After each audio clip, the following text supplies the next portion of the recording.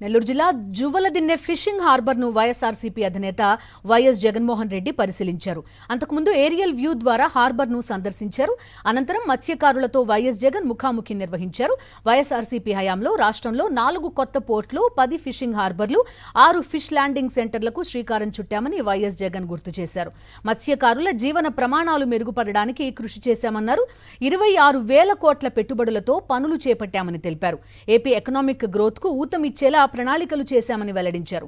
చంద్రబాబు ఏనాడు పోర్టులు, హార్బర్ల గురించి ఆలోచించలేదని వైఎస్ జగన్మోహన్ రెడ్డి మండిపడ్డారు. జువ్వలదిన్నెను జాతికి అంకితం చేసి 2 ఏళ్లవుతోంది. 2 ఏళ్లు దాటుతున్నా మత్స్యకారుల చేతికి ఎందుకు ఇవ్వలేదని కూటమి ప్రభుత్వాన్ని నిలదీశారు. జువ్వలదిన్నెలో 41,000 టన్నుల Matsya Sampada దొరుకుతుందన్నారు.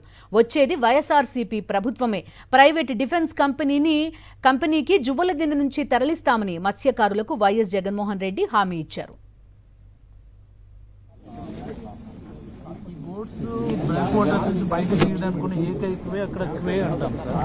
Entire quay was allotted to that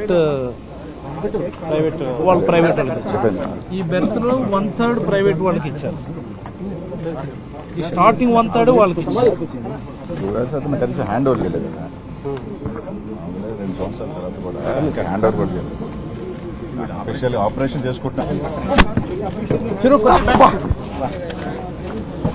రాని మగలే యాప్ ఇది పడుతుంది.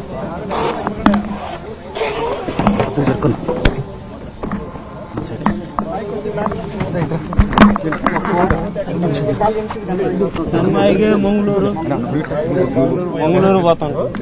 మామూలుగా ఇది లేకపోతే మంగళూరు చెన్నై పోతున్నాం సార్. పోవాల్సిన పరిస్థితి తప్ప నుంచి ఇక్కడ ఇది లేదు. ఇది రావడం వల్ల కట్టడం వల్లనే ఈ మేర కన్నా కానీ మనం కనీసం ఇక్కడిక్కడ మనం చేయగలుగుతాం. బ్యాన్ సీజన్ లేకపోతే ఇంకా ఎక్కువ మంది ఉంటారు. ఫిషింగ్ బ్యాన్ బయట నుంచి చాలా మంది.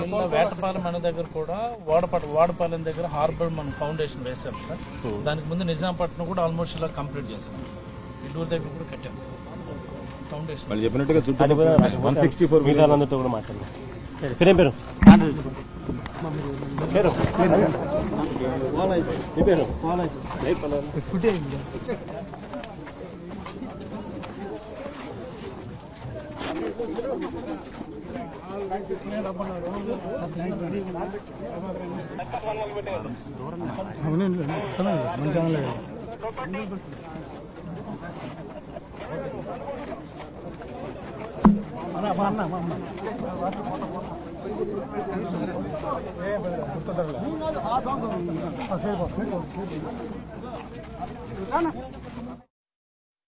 ప్రైవేట్ వాళ్ళకి నువ్వు ఇవ్వాలి అనుకుంటే పక్కన కృష్ణపట్నం పోర్ట్ ఉంది.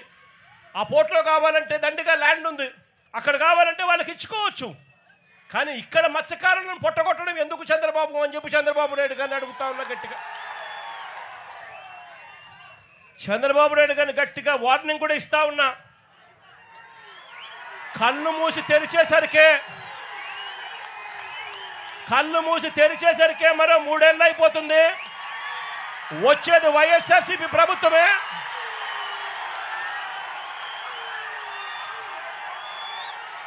ఈ ప్రైవేట్ డిఫెన్స్ కంపెనీని ఇక్కడి నుంచి షిఫ్ట్ చేస్తారని చెప్పి కూడా చెప్తా ఉన్నాం.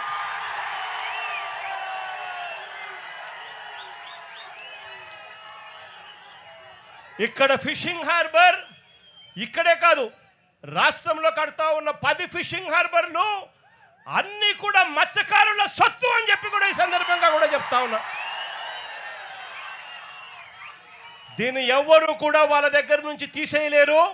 చంద్రబాబు కాదు కదా, వాళ్ళ తాత కూడా తీసేయలేదని చెప్తా ఉన్నా నేను. ఇది ఫోన్ కాల్ డేటా.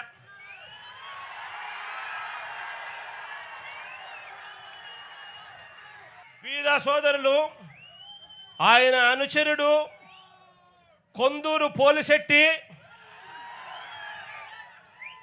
అక్కడ బోటు యజమానులు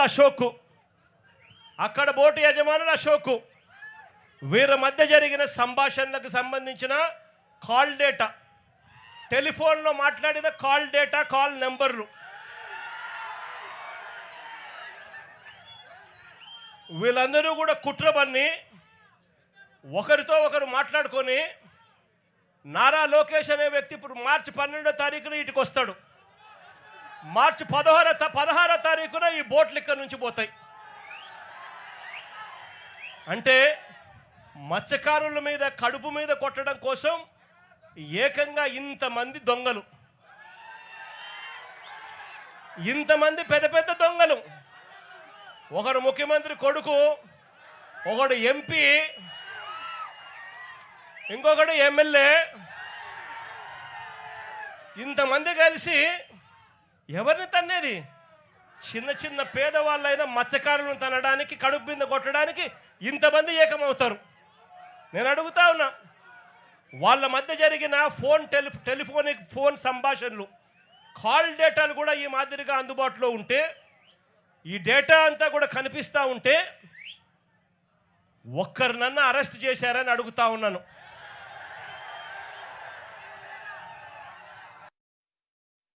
మీ అందరికీ కూడా భరోసా ఇస్తా ఉన్నా, కన్ను మూసుకొని కన్ను తెరిచేసరికి మన ప్రభుత్వం వస్తుంది. మన ప్రభుత్వం వచ్చిన తర్వాత మిమ్మల్ని అందరినీ కూడా ఈ ఫిషింగ్ హార్బర్ మీ హక్కుగానే ఇస్తాము.